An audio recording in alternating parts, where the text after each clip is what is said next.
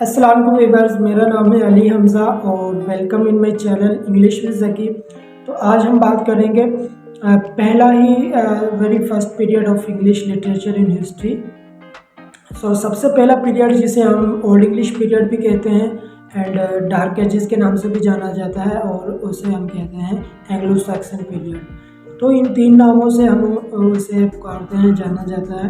तो आज हम इसी की हिस्ट्री के बारे में बात करेंगे, ये कहाँ से स्टार्ट हुआ, कहाँ तक था और यहाँ इस पीरियड के में लिटरेचर की क्या कंडीशन थी, कितना लिटरेचर लिखा जा रहा था और लैंग्वेज किस तरह की थी एंड किस तरह का ट्रेंड चल रहे थे। तो इस एज के फीचर्स के बारे में बात करेंगे और जॉनरास कौन से थे इस एज के अंदर, उसके बारे में बात करेंगे।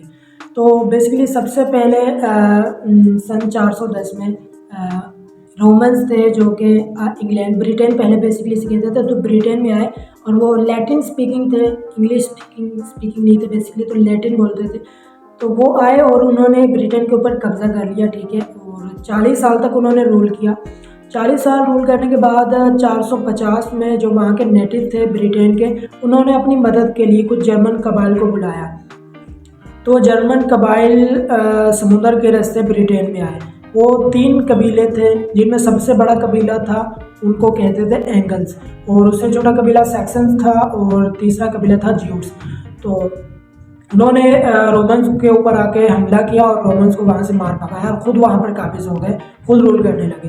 तो सबसे बड़ा जो कबीला था एंगल्स थे वो, तो एंगल्स के नाम से ही वहाँ उस जगह का नाम पड़ा एंगल्स लैंड, ठीक है। तो angles land with the passage of time pronunciation बन गई इंग्लैंड और आज भी हम उसे इंग्लैंड के नाम से जानते हैं। उसके बाद एंगल्स और सैक्सन्स ये बड़े कबीले थे, तो इन्हीं के नाम से उस एज का नाम एंग्लो सैक्सन एज बन गया। और जूट्स बहुत छोटा कबीला था और ये थे इंग्लिश स्पीकिंग कबीले, तो ये इंग्लिश बोलते थे। यहीं से इंग्लिश लैंग्वेज का आगाज़ होता है इंग्लैंड के अंदर। तो अभी चूँकि लैंग्वेज इतनी ज़्यादा डेवलप नहीं थी, नेटिव स्पीकर कम थे और दूसरी बात वो इग्नोरेंट थे, अनएजुकेटेड थे, इलिटरेट थे।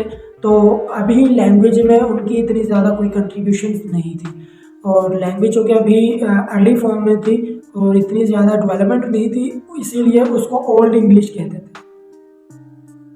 तो इसका ये बेसिकली सबसे पहला फीचर इसका बन जाएगा कि पुअर लैंग्वेज की कंडीशन बहुत पुअर थी, लैंग्वेज इतनी ज़्यादा डेवलप नहीं थी, ठीक है। और डेवलपमेंट ना तो मॉर्फोलॉजी फील्ड में ना फोनोलॉजी की फील्ड में, और उसके बाद सिंटैक्स थे कि सिंटैक्स भी बहुत पुअर थी, बहुत पुअर मतलब स्ट्रक्चर थे सेंटेंसेस के, और बहुत ही अजीब ओल्ड किस्म की जो प्रोनाउंसिएशन थी वो थी। अगर आज भी हम ओल्ड इंग्लिश को पढ़ें तो हमें बेसिकली पहली बात तो वर्ड प्रोनाउंस नहीं किया जाएगा और उसके बाद उसकी समझ नहीं आएगी कि वर्ड क्या है, क्योंकि मॉडर्न इंग्लिश में वो वर्ड अब डिफरेंट है ओल्ड इंग्लिश की भी निस्बत। तो ये ओल्ड उसमें लैंग्वेज इतनी ज़्यादा पुअर नहीं थी। तो उसके बाद अगर हम देखें, लोगों का लिटरेचर की तरफ इतना रुझान नहीं था, ठीक है। सैक्रिस्टी ऑफ लिटरेचर थी, लिटरेचर बहुत ही ज़्यादा कम प्रोड्यूस हो रहा था उस एज में, बहुत कम लिटरेचर था। और योनराज की बात करें तो योनरा में ज़्यादातर रोमांसेस ही थे और एपिक पोइम भी उसमें इस पीरियड के अंदर लिखी गई। तो ये योनराज थे, ज़्यादातर एपिक पोइम थी। और ओरल लिटरेचर था, लिटरेचर ओरल था, एक फीचर इसका ये भी है। ओरल लिटरेचर में वही स्टोरीज, रोमांसेस, किंग आर्थर उसकी स्टोरीज़ के बारे में, तो वो स्टोरीज सुनाई जाती थी, लिखी भी जाती थी। तो रोमांसेस भी थी इस पीरियड के अंदर में और एपिक पोइम्स भी लिखी जा रही थी। लेकिन ज़्यादातर लिटरेचर, पहली बात तो सैक्रिस्टी ऑफ लिटरेचर की कमी थी। दूसरी बात यह थी कि एनोनिमिटी ऑफ लिटरेचर बहुत कम प्रोड्यूस हो रहा था, जो प्रोड्यूस हो रहा था उसके बारे में पता ही नहीं था, उसका रिकॉर्ड नहीं था। और लिटरेचर कोई भी वर्क उसके राइटर के बारे में भी नहीं पता था कि किस राइटर ने लिखा है, तो ये रिकॉर्ड भी नहीं मिलता था। तो इस तरह से इसमें एनोनिमिटी पाई जाती है इस पीरियड के अंदर। तो ये भी एक इसका बड़ा फीचर है, एनोनिमिटी, ठीक है, उसे लिटरेचर के एनोनिमिटी सबसे बड़ा फीचर था। और उसके बाद अगर हम इस बारे में बात करें, लैंग्वेज हो गई, एनोनिमिटी ऑफ लिटरेचर हो गई, हाँ। और एपिक के बारे में मैंने बात की, एपिक लिखी जा रही थी, तो ज़्यादा नहीं, एक एपिक का रिकॉर्ड मिलता है बिवोल्फ, ठीक है, जो कि 1000 में लिखी गई गालिबन तकरीबन। उसकी भी एनोनिमिटी है और किसने लिखी उसके राइटर का अभी नहीं पता, और उसमें मॉन्स्टर्स की ही स्टोरी है। तो एपिक होती क्या है, और एपिक की डेफिनेशन सिंपल सी 4 वर्ड्स में अगर डेफिनेशन इसकी है, और long narrative poem. Long narrative poem होती है, मतलब 12 बुक्स पर मुश्तमिल होती है, लॉन्ग होती है, काफ़ी बड़ी होती है, 12 बुक्स होती है इसकी। और नैरेटिव होती है लाइक पोइम, पोइट्री की सूरत में लिखी जाती है, मीटर्स में लिखी जाती है। और सुनाई नैरेटिव इसलिए कि कोई इसमें कोई स्टोरी होती है, किसी स्टोरी के बारे में, कोई भी एडवेंचरस स्टोरी, किसी भी बड़े हीरोइक क्वालिटीज़ वाले एक हीरो की स्टोरीज़ के बारे में बात की जाती है। तो बेवुल्फ इसके अंदर एक पोइम लिखी गई। तो लिटरेचर, इस लिहाज से लिटरेचर बहुत कम था, योनरा भी इतना ज़्यादा यूज़ नहीं हो रहे थे। और उसके बाद क्रिश्चियनिटी आ गई थी इंग्लैंड के अंदर। 1577 में मिशनरीज, जिस तरह के हमारे इस्लाम में तबलीगी जमात प्रीचिंग करती है इस्लाम की, तो उस टाइम पे मिशनरीज थी जो कि क्रिश्चियनिटी की प्रीचिंग करती थी। और इस तरह से इंग्लैंड के अंदर क्रिश्चियनिटी का भी ज़हूर हुआ। क्रिश्चियनिटी आई और उसके बाद क्रिश्चियनिटी डेवलप्ड रही, गालिब रही, डोमिनेंट थी क्रिश्चियनिटी।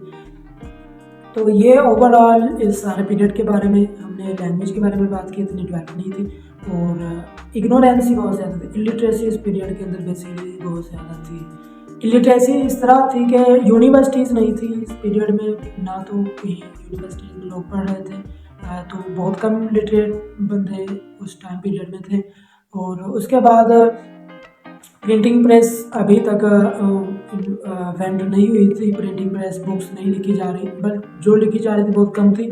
और बहुत ही कम लोग जो कि वेल्थी थे और उन्हें बाय कर सकते थे, बहुत ही कॉस्टली, वो ही उन तक अप्रोच कर सकते थे, आम कॉमन पीपल अप्रोच नहीं कर सकते थे। सो बहुत ज़्यादा ये भी चीज़ थी, लिटरेसी थी, और नॉलेज तक इजीली अप्रोच लोग नहीं कर सकते थे कॉमन पीपल। और जो लैंग्वेज ज़्यादातर यूज़ में थी, वर्नाकुलर लैंग्वेज थी, कॉमन पीपल की लैंग्वेज, इतनी चौंके लैंग्वेज डेवलप नहीं थी।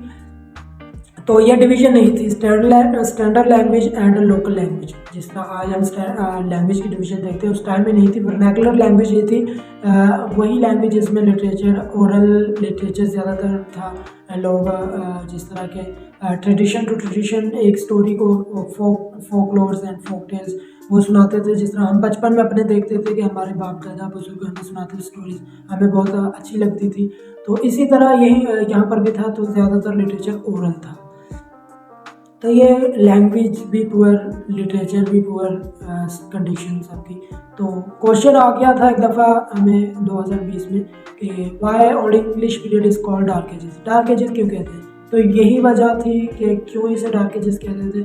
ना तो लैंग्वेज में डेवलपमेंट थी, ना लिटरेचर में डेवलपमेंट थी, ठीक है, और इतने ज़्यादा अभी कोई भी चीज़ डेवलप नहीं हुई थी, लोग इलिटरेट थे, पढ़े लिखे नहीं थे, लोगों की अपनी सोच नहीं थी। तो ये चीज़ें इसे डार्क एजेस बनाती हैं।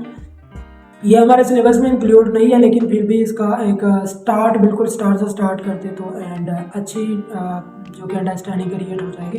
तो इसीलिए मैंने थोड़ा सा इसका ब्रीफ इंट्रोडक्शन कर दिया।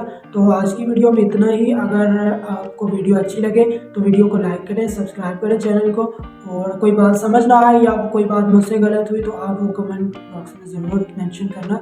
एंड अगले लेक्चर में हम बात करेंगे एंग्लो नॉर्मन पीरियड के बारे में, जिसे मिडिवल एजेस कहते हैं, और वो पहली एज है इंग्लिश लिटरेचर में, तो उसके बारे में डिस्कस करेंगे भरपूर।